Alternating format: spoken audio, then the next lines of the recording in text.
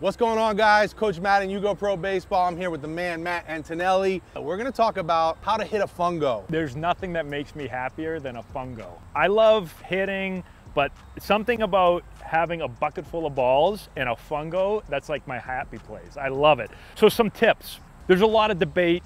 Do I throw it with my backhand or do I throw it with my front hand? The first tip I would say is, if you want to look really cool, flip it with the backhand, okay? That's how I always was a front flipper, and then people would be like, that's not cool, you gotta go with the backhand.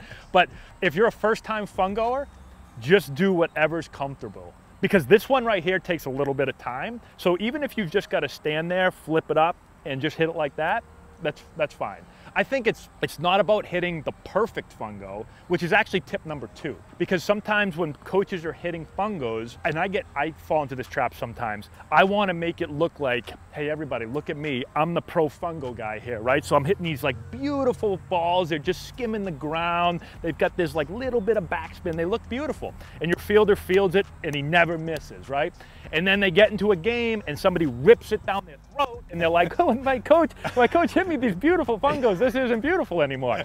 So what I think of is you want to literally just rip the thing. Also, I try to get more topspin than backspin. So I might try to really hit this ball hard, like right into the ground so you get the topspin like that, because that's more realistic, especially if you're going to work with a third baseman or a first baseman. And so if you're just hitting them, these nice, easy fungos, it's pretty, but it's probably not super helpful for the guys. So I think a big one with fungo and 2 is we talk about open and closed training. So like there's 2 different ways to train. One way is saying, hey, shortstop, here we go, I'm gonna hit you a fungo, right? And they get the fungo and they work, oh, this ball's gonna be a backhand, this ball's gonna be a forehand. And I think about even our career sometimes, that's how it went. It was like, all right, 4 balls at you, 4 balls to your forehand, 4 balls to your backhand, 2 slow rollers, here we go, let's play. But that's not the game. And so you can warm them up with that, but then I wanna make it unpredictable. So whether that is hit the ball anywhere, so like, I'm not gonna tell that guy what's going on, I'm just gonna hit the ball, let him react to it.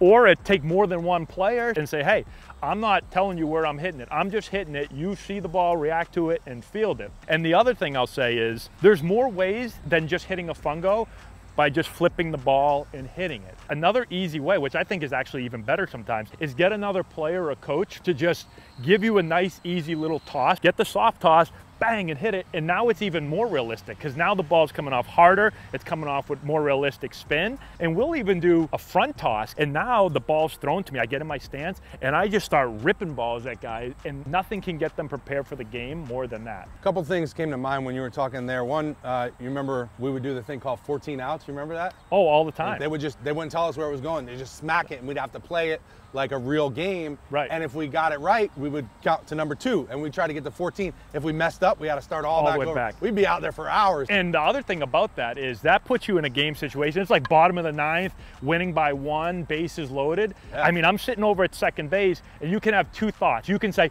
please don't hit me the ball. Please don't hit it to me, right? Yeah. And some of us have all done that in the game. Or when you know you've prepared really well and you feel really confident as a player, you're like, hit me the ball. I want to make the last out. Right. So that'll teach a player how to do that. Remember, what was his name? Was it Gamboa? Oh yeah, the old guy. He was the best fungo hitter ever. You ever check out his fungo bat? No. His fungo bat, it was like black like this, but there'd be a little spot right there where it was completely worn out all the way around. And that was like a pride thing for him. He'd always be like, check that out right there, man. Never hit a ball other than right on the sweet spot, which I was impressed by. I remember seeing him one time. He was probably from here. There's a fence over there. He was standing about this far back, working on the outfielders to get to the fence, you know, find the fence and then make the play. And he's literally dropping it like a foot before the fence every single time. And he was old, he was an older guy. Yeah, he would take his fungo, right? And we'd talk about bunting and he'd say, never drop the barrel on a bunt, which we've all heard, right? You drop the barrel, you're gonna bunt it, you know, foul it off or whatever. You know how he'd show us? I don't know if you ever saw this. He'd get on a pitching machine that was throwing the ball like 80 miles an hour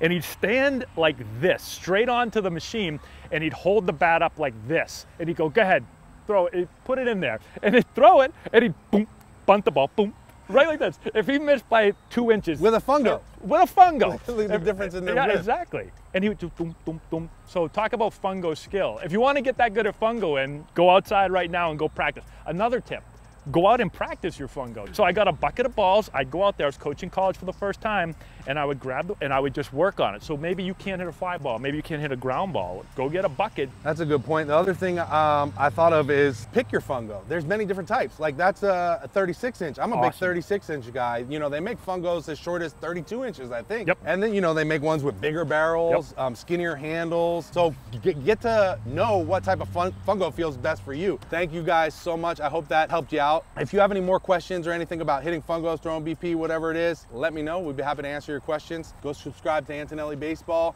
Yugo Pro Baseball. Check us out there. Thank you so much.